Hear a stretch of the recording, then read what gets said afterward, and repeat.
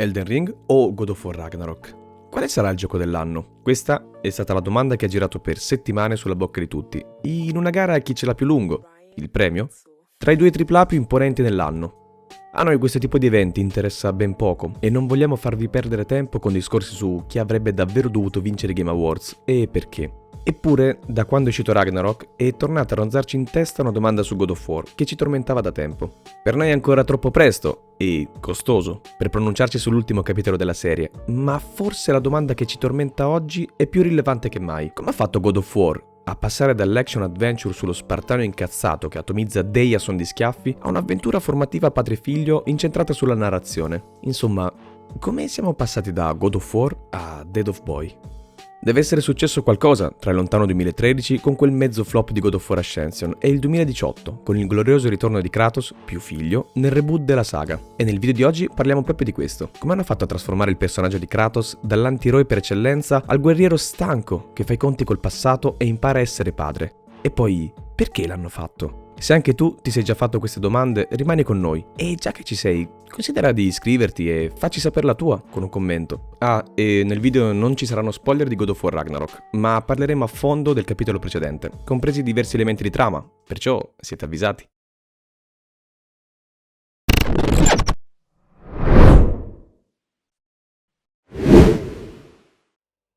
Los Angeles, 2014. La casa di sviluppo Santa Monica Studio si è appena insediata nel nuovo mega ufficio di 3000 metri quadri e si appresta a riscrivere le sorti di God of War. Sì, perché il futuro di Kratos in quel momento è più incerto che mai. Dopo quasi 10 anni il personaggio non è cambiato di una virgola e se all'inizio la combo letale di ultraviolenza e macismo aveva rapito milioni di videogiocatori, per lo più orde di maschietti in piena adolescenza, ora però la formula trita e ritrita comincia a stancare. Ed ecco un altro problema del franchise. Il pubblico a cui si rivolge è nella quasi totalità maschile.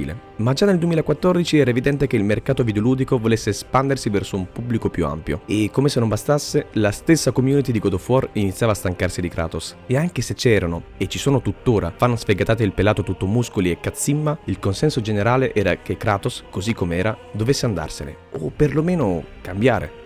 Bene, ora che sappiamo perché Kratos doveva cambiare, e cioè perché non riusciva ad attirare nuove fette di pubblico, mentre i fan di vecchia data ormai cresciuti iniziavano a stancarsi della mancanza di cambiamenti, è il momento di esplorare come Kratos è diventato il personaggio che conosciamo oggi. Per farlo, analizzeremo God of War 2018 attraverso la sua storia, il character design e il gameplay, perché la sfida di Santa Monica Studio è intimamente legata alla sfida che il nuovo Kratos si trova ad affrontare. A tempo debito spiegheremo cosa intendiamo con questo, ma ora concentriamoci sul nuovo Kratos e sulla prima, più evidente differenza rispetto ai giochi precedenti, Atreus. Come sappiamo infatti, Kratos è diventato padre, anche se a dire il vero era già successo in passato e quella volta aveva finito per uccidere la sua famiglia. Perciò la domanda sorge spontanea. Questa volta cosa cambierà? Perché qualcosa deve cambiare, altrimenti nulla impedirà a Kratos di fare ancora una volta gli stessi errori e a God of War, come serie, di ricadere nella vecchia formula e da lì nel dimenticatoio. Kratos deve cambiare per non ripetere il suo passato, e la chiave del suo cambiamento non può che essere Atreus, il figlio che ha avuto assieme alla guerriera nordica Frey. Ma Atreus non conosce il passato del padre, e Kratos fa di tutto per non rivelargli la sua vera identità di dio della guerra e le terribili gesta che ha compiuto nell'Olimpo greco. In fin dei conti, questo Kratos è ancora troppo simile a quello di prima, consumato dalla rabbia, tormentato dal passato, incapace di andare avanti.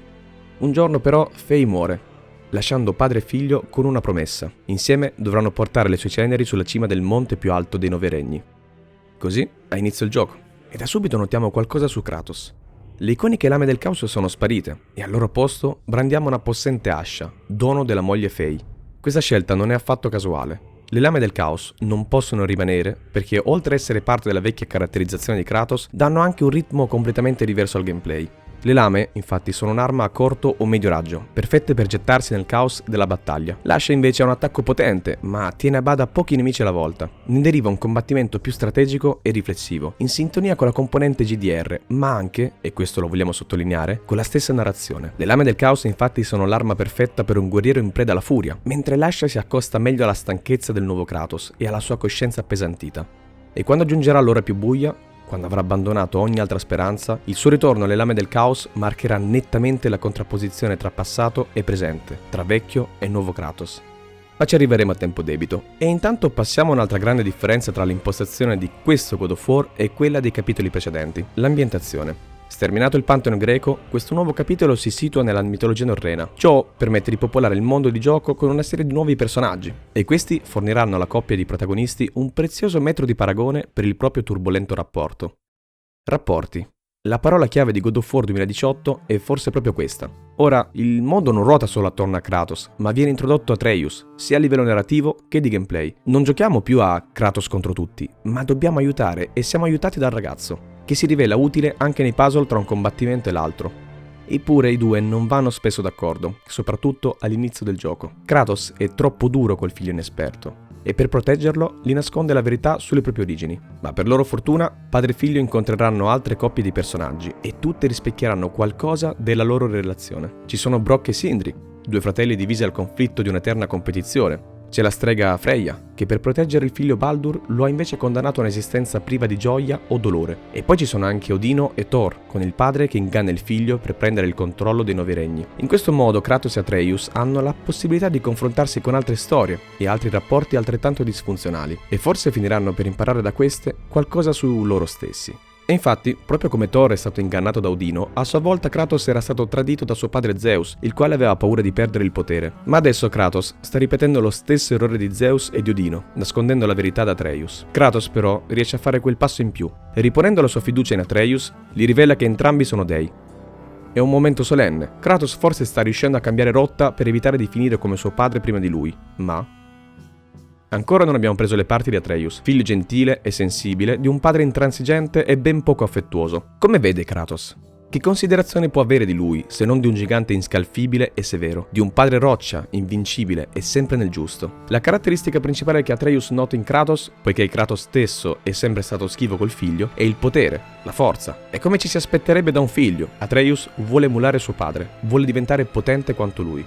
Perciò, quando Atreus scopre di essere un dio, proprio come suo padre, ecco il colpo di scena. Atreus inizia ad essere arrogante, si sente superiore ai problemi degli altri e rischia di diventare proprio quello che Kratos ha sempre temuto potesse diventare, un dio potente, che crede che la verità sia più importante della gentilezza e della compassione, proprio come suo padre. Ma c'è un momento, prima ancora di raggiungere la vetta più alta dei 9 regni, in cui Kratos riesce finalmente a cambiare tanto la propria rotta quanto quella di Atreus, tra le varie coppie genitore-figlio. Vi ricordate Freya e Baldur? Come accennato prima, Freya aveva incantato suo figlio per proteggerlo ed evitargli ogni dolore, ma inavvertitamente lo aveva condannato a vivere senza alcuna sensazione, gioia o dolore. Nel corso del gioco affronteremo Baldur più volte, ma l'ultimo scontro in particolare ci permette di ricapitolare quanto abbiamo detto finora e di fare un passo avanti. La strega Freya infatti aveva deciso di lanciare l'incantesimo di suo figlio spinta dal desiderio di controllo su di lui, per impedire a chiunque e a qualunque cosa di scalfirlo. Inconsapevolmente o meno, Freya vuole suo figlio tutto per sé, per sempre.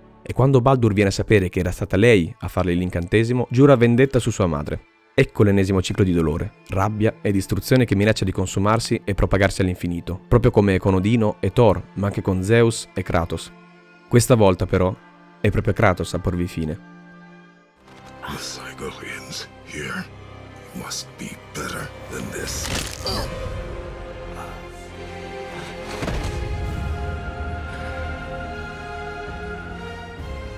In questo modo Kratos fa quel passo in più che gli permette di rompere anche il suo di ciclo, che ancora rischiava di condannarlo a ripetere gli stessi errori. Non basta rivelare ad Atreus che è un dio, è tempo di affrontare il passato. Così Kratos gli racconta di suo padre, delle molte persone che ha ucciso.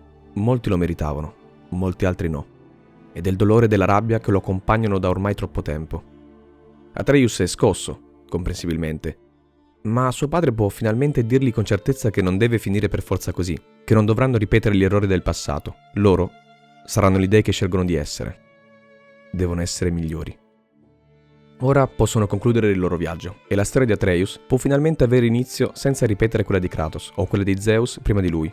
E allo stesso modo, ora Kratos è libero di continuare la sua storia, o concluderla, senza ricadere nel ciclo che conosce fin troppo bene. Prestando ascolto a quella domanda che ci ronzava nella testa da quando abbiamo giocato a God of War 2018, siamo giunti a una conclusione, che poi è quella che accennavamo prima. La sfida di Santa Monica Studio di trasformare e far maturare una serie così iconica nella cultura videoludica è la stessa identica sfida che, in game, il nuovo Kratos si trova costretto ad affrontare. Per far rinascere God of War, l'unica via possibile è quella di accettarne l'eredità del passato e di andare avanti, facendo crescere il suo protagonista. E la stessa identica cosa vale per Kratos, che grazie al viaggio con Atreus è cresciuto ed è riuscito ad affrontare i suoi demoni senza più nasconderli o rifuggirli. Di certo, quella di Santa Monica Studio non è stata una decisione facile o scontata. Vi immaginate il rischio che si sono presi per ravvivare il fuoco di questo franchise? 4 lunghi anni passati a lavorare a un solo titolo che avrebbe potuto farli finire sul lastrico da un momento all'altro. E in effetti ci sembra che questo senso di estrema precarietà, in un modo o nell'altro, si sia fatto strada anche all'interno del gioco.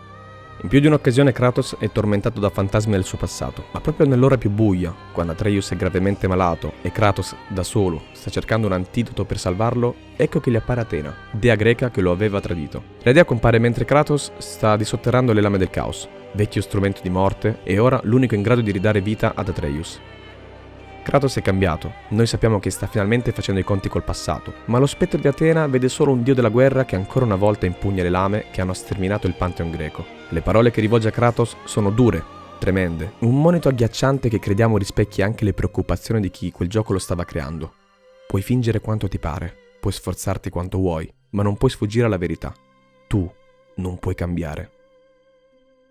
In fin dei conti, noi crediamo che Atena avesse ragione, ma solo a metà. Kratos non può cambiare da solo, ma lui non è più solo. Il suo rapporto con Atreus gli consente di cambiare, di crescere, di strappare la sua storia dal ciclo di rabbia e distruzione che fino a quel momento l'ha tenuto prigioniero. Questo viaggio fatto da 2 storie connesse ma distinte permette a Kratos di scegliere, finalmente libero, come portare a compimento la sua storia e allo stesso tempo fa nascere una nuova avventura, quella di Atreus. Siamo estremamente curiosi di cosa ci riserva God of War Ragnarok, e anche se siamo abbastanza sicuri che non ci libereremo tanto facilmente di Kratos, noi però non vediamo l'ora di scoprire la storia di Atreus. Chissà, forse in futuro potremo parlarvi proprio di questa storia. Nel frattempo però dobbiamo salutarci, se vogliamo sperare di far uscire questo video entro l'anno. Perciò se il video ti è piaciuto lascia un mi piace, iscriviti e condividilo con i tuoi amici. Prima di salutarci, vogliamo ringraziare Riccardo De Santis per aver realizzato l'immagine di copertina del canale. È un appassionato come noi e realizza diverse illustrazioni a tema videoludico. Vi consigliamo assolutamente di seguirlo su Instagram e YouTube. Grazie ancora Riccardo per la bellissima immagine e anche per essere il nostro primo patron. Cogliamo l'occasione al volo per informarvi che abbiamo un Patreon, dove potete supportare Level Art e aiutarci a dedicare più tempo al progetto e per portare avanti, nel nostro piccolo, un discorso sul videogioco che, a parte poche eccezioni, ad oggi è spesso stagnante e riduttivo. Fateci un salto se volete, il link è in descrizione e in ogni caso vogliamo ringraziare tutti quelli che ci aiuteranno anche solo iscrivendosi o condividendo i nostri video. Non è cliché, per noi ogni singolo gesto è davvero prezioso. Grazie a tutti per il supporto e ci vediamo al prossimo video.